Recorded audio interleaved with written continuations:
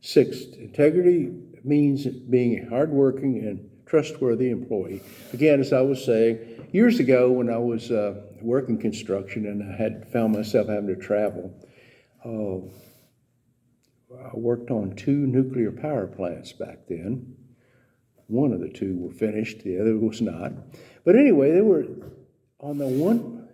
I was amazed how many people who identified as Christians were in the workforce there.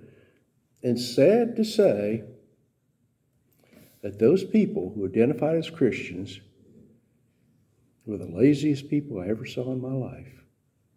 It was sad. It was sad. Now, since then, I've been around Christians in other industries, other jobs. That's never been the case. But in that particular instance, it was sad. We should be that way. We should be hardworking and trustworthy.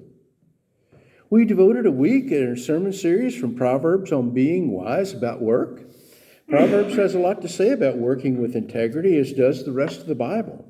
Because of our devotion to God and our commitment to ethical living, Christians should be the hardest working and most trusted employees. No one should have to watch us closely or motivate us repeatedly to make us be productive and to be honest workers. If our overall goal is to please God, most earthly bosses will be easily pleased with our work. And finally,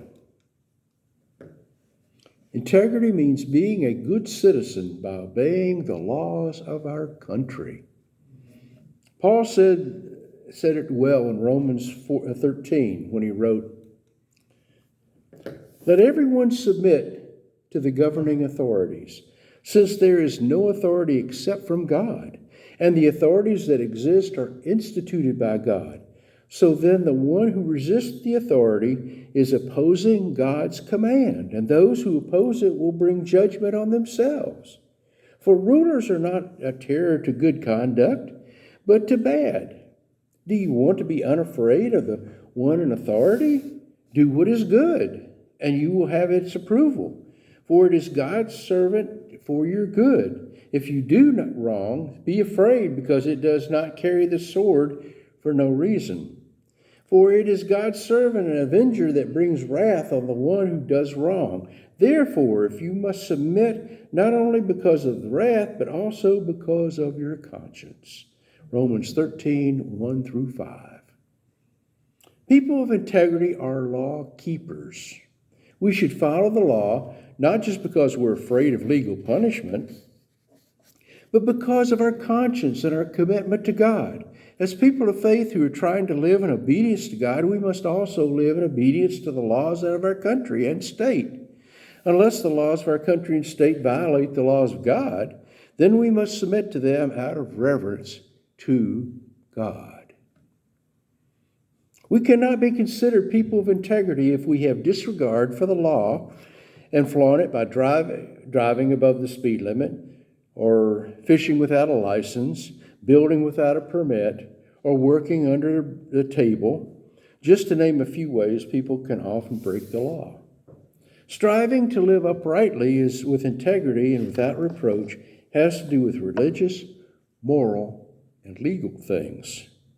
Near Florence, Alabama, there's a cemetery where most of the graves are 150 to 200 years old. In that cemetery, there's a grave of someone who died around 1865. Important year that the Civil War came to an end.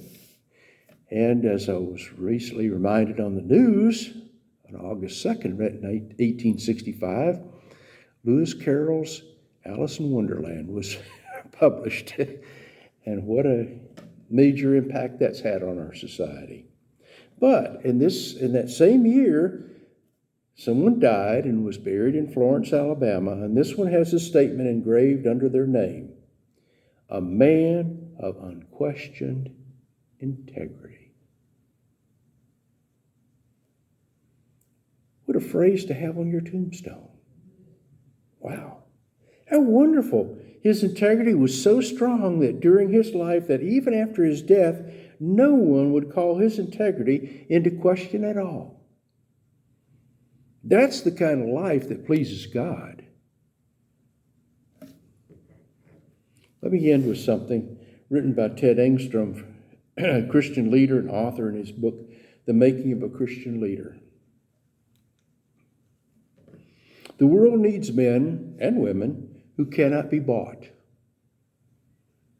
whose word is their bond, who put character above wealth, who possess opinions and a will, who are larger than their vocations, who do not hesitate to take chances, who will not lose their individuality in a crowd, who will be honest in small things and in great things, who will make no compromise with wrong, whose ambitions are not confined to their own selfish desires, who will not say they do it because everyone else does it, who are true to their friends through good report and evil report, in adversity as well as prosperity, who do not believe that shrewdness, cunning, and hard-headedness are best qualities.